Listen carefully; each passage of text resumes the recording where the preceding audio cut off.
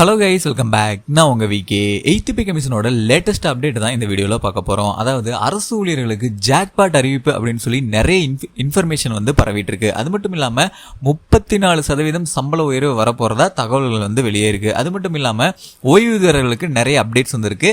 So இந்த 8th pay கமிஷனோட இன்னைக்கு தேதிக்கு என்ன அப்டேட் அப்படிங்கிற A to Z டீட்டெயில்ஸை வந்து இந்த வீடியோவில் பார்க்கலாம். ஸ்கிப் பண்ணாமல் கடைசி வரைக்கும் பாருங்கள், ரொம்ப யூஸ்ஃபுல்லாக இருக்கும். வாங்க வீடியோக்குள்ளே போகலாம். 8th பே கமிஷன் அதோட ஃபிட்மென்ட் ஃபேக்டர் அப்படின்னு பார்க்கும்போது 2026ஆம் ஆண்டு அமலுக்கு வர உள்ள 8வது ஊதிய குழுவின் மூலம் மத்திய அரசு ஊழியர்கள் மற்றும் ஓய்வூதியர்களுக்கு கிடைக்க போகும் மிகப்பெரிய ஊதிய உயர்வு குறித்த விரிவான டீட்டெயில்ஸ் தான் இந்த வீடியோவில் பார்க்க போகிறோம்.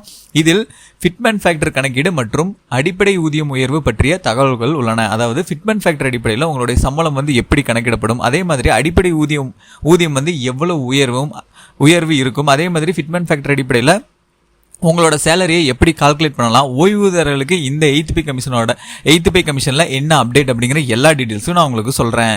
8th pay commission latest update தமிழில் நம்ம என்ன அப்படின்னு பார்த்தோம்னா, பல லட்சம் குடும்பங்கள் எதிர்பார்த்து காத்திருக்கும் அரசு ஊழியர்கள் சம்பள உயர்வு குறித்த லேட்டஸ்ட் அப்டேட் குறித்த தெரிஞ்சுக்கலாம். விலைவாசி உயர்வு ஒரு பக்கம் நம்மளை வாட்டி வதச்சிட்டு இருந்தாலும் மத்திய அரசு ஊழியர்களுக்கு இப்போ ஒரு பெரிய ஜாக்பாட் வந்து அடிக்க போகுது. ஆமாங்க, எல்லாருமே ரொம்ப நாளா காத்துட்டு இருந்த 8வது ஊதிய குழு பத்தின வேலைகள் இப்ப பயங்கரமா சூடுபிடிக்க ஆரம்பிச்சிருக்கு.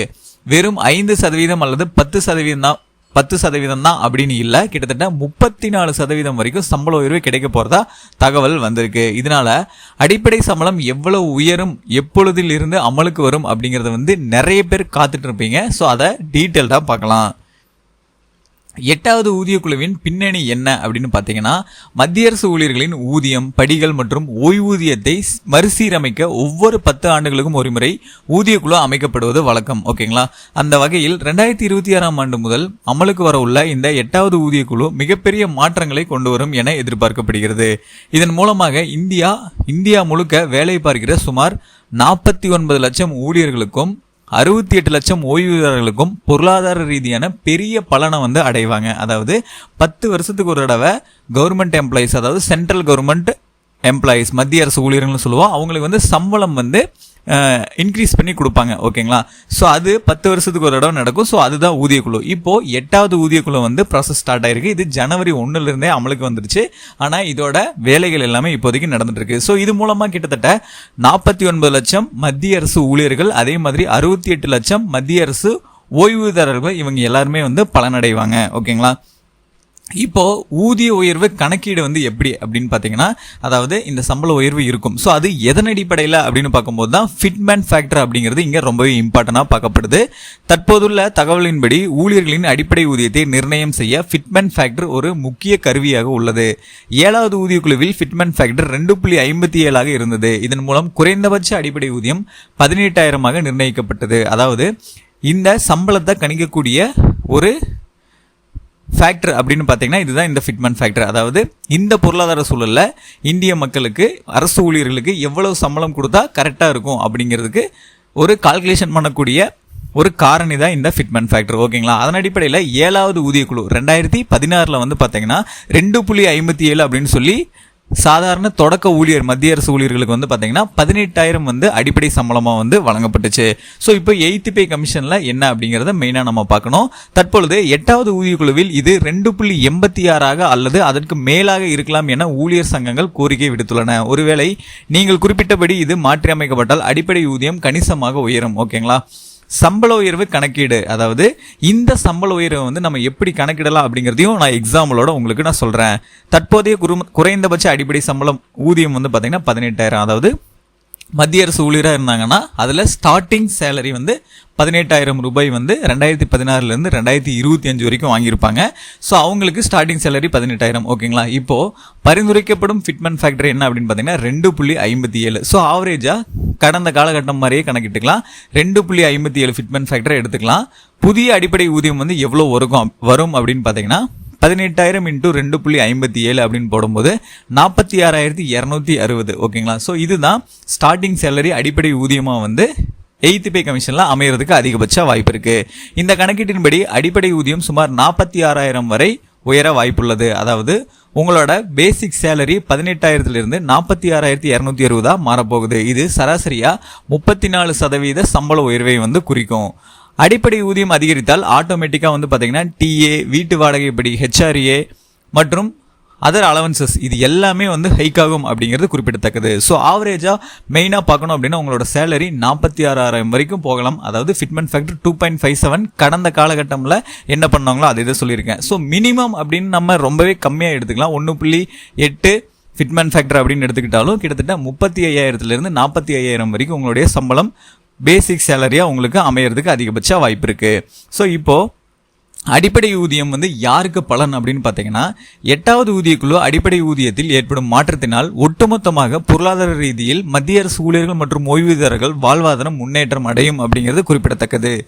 மத்திய அரசு ஊழியர்கள் சுமார் 49 லட்சம் பேர் பயனடைவார்கள். ஓய்வூதியர்கள் சுமார் 68 லட்சம் பேர் வந்து இந்த 8th பே கமிஷன் அடிப்படை ஊதியம் உயர்வுனால பயனடைவாங்க. ஓகேங்களா? இப்போ 8வது ஊதியக்குழு சம்பள உயர்வு எப்போது அமலுக்கு வரும்? ஸோ இதுதான் மெயின். ஏன்னா 2026 ஸ்டார்ட் ஆகி கிட்டத்தட்ட பல மாதங்கள் வந்து போயிட்டு இருக்கு. ஆனால் இன்னும் வந்து பழைய சம்பளம் தான், பழைய ஓய்வூதியம் தான் வந்து வாங்கிட்டு இருப்பீங்க. ஸோ இது எப்போ தான் நமக்கு ரிவைஸ் பண்ண சேலரி கிடைக்கும் அப்படிங்கிறத மெயினாக பார்க்க போகிறோம். 8வது ஊதியக்குழு கடந்த நவம்பர் 2025 அதிகாரப்பூர்வமாக அமைக்கப்பட்டுச்சு. ஓகேங்களா? ஜனவரி 1, 2026 கணக்கிட்டு 18 மாதத்துக்குள்ள அறிக்கையை வந்து சமர்ப்பிக்கணும். ஒருவேளை அறிக்கையை சமர்ப்பிக்க சப்மிட் தாமதமானாலும் புதிய சம்பளம் என்பது ஜனவரி 1, 2026 முதல் முன் தேதியிட்டு அமலுக்கு வரும். ஓகேங்களா? நல்லா நோட் பண்ணிக்கோங்க. ஜனவரி 1, 2026 உங்களுக்கு புதிய சம்பளம் வந்து ரிவைஸ் பண்ணி கொடுக்கல. ஆனால் இதுக்கப்புறம் 18 மாதங்கள் கால அவகாசம் எடுத்திருக்காங்களா? ஸோ அது எல்லாமே முடிஞ்சு வந்தாலும் உங்களுக்கு கணக்குப்படி ஜனவரி 1, 2026 தான் உங்களுக்கு ரிவைஸ் பண்ணப்பட்ட சேலரி வரும். ஸோ இது எப்படி அப்படின்னா இப்போ கொடுக்கல, அடுத்து என்ன பண்ணுவாங்கன்னா இதனால் அரியர் தொகையாக ஒரு பெரிய பல்க் அமௌண்ட் வந்து அரசு ஊழியர்களுக்கும் பென்ஷனர்களுக்கும் கிடைக்க அதிகபட்ச வாய்ப்பு இருக்குது. ஓகேங்களா? ஸோ அதில் என்ன பெண்டிங் அமௌண்ட் இருந்துச்சோ ஸோ அதை வந்து அரியர் அமௌண்ட்டாக உங்களுக்கு கொடுத்துருவாங்க.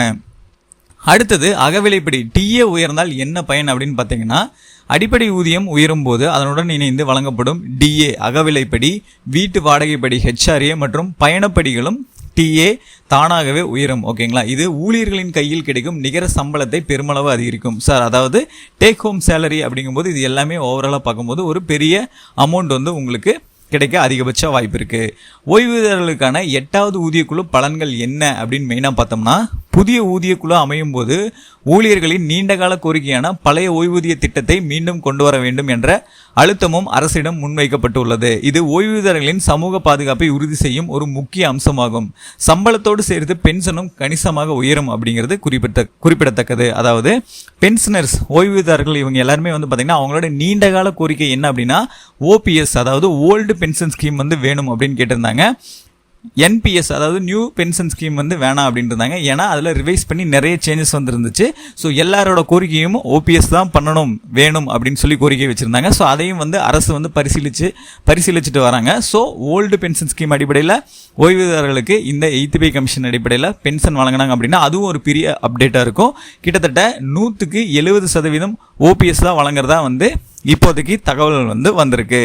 ஸோ அடுத்து விலைவாசி உயர்வுக்கு தீர்வு கிடைக்குமா? அதாவது இன்னைக்கு தேதிக்கு ஏகப்பட்ட பொருட்களோட, அதாவது சாதாரண மக்கள்லேருந்து ஹை லெவல் வரைக்கும் எல்லாருக்குமே வந்து பார்த்தீங்கன்னா பணவீக்கம் அப்படிங்கிறது ரொம்பவே அதிகமாயிருச்சு. எல்லா பொருட்களுமே வந்து பார்த்தீங்கன்னா விலைவாசி உயர்ந்துருச்சு. ஸோ இப்போது தற்போது நிலவும் பணவீக்கம் மற்றும் விலைவாசி உயர்வை சமாளிக்க இந்த 34% முதல் 35% வரையிலான ஊதிய உயர்வு ஒரு மிகப்பெரிய ஜாக்பாட்டாக இருக்கும் என்பதில் சந்தேகமில்லை. அதாவது இப்போ இந்த 8th பே கமிஷனில் வந்து பார்த்தீங்கன்னா 34% 35% வரைக்கும் சம்பள உயர்வு கொடுத்தாங்க அப்படின்னா இந்த பொருளாதார சூழலில் மத்திய அரசு ஊழியர்கள் சர்வே பண்ணுறதுக்கு கரெக்டாக இருக்கும். ஓய்வூதியர்களுக்கும் அது ஒரு பெரிய அப்டேட்டாக இருக்கும். ஆனால் இப்போ மெயினாக என்ன அப்படின்னா 1.8 ஃபிட்மெண்ட் ஃபேக்டர் அப்படின்னு கொடுத்தாங்கன்னா ஸோ அது வந்து நியர்லி 25% தான் வரும். ஆனால் மேக்சிமம் கடைசி 10 ஆண்டுகளுக்கு முன்னாடி பண்ணாவே கிட்டத்தட்ட 34% வரும் அப்படிங்கிறது ஒரு மிகப்பெரிய அப்டேட். ஸோ அதை விட கம்மியாக போக மாட்டாங்க அப்படின்னு சொல்லி எல்லாருமே நம்பிக்கை வச்சிருக்காங்க. அது மூலமாக இந்த விலைவாசி உயர்வையும் வந்து நம்ம கட்டுக்குள்ளே கொண்டு வர முடியும்.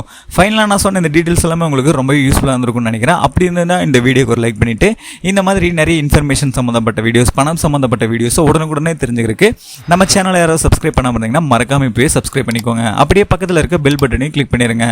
அப்போ தான் நான் போடுற ஒவ்வொரு பயனுள்ள வீடியோ உங்களுக்கு உடனுக்குடனே நோட்டிஃபிகேஷன்லாம் வந்து சேரும்.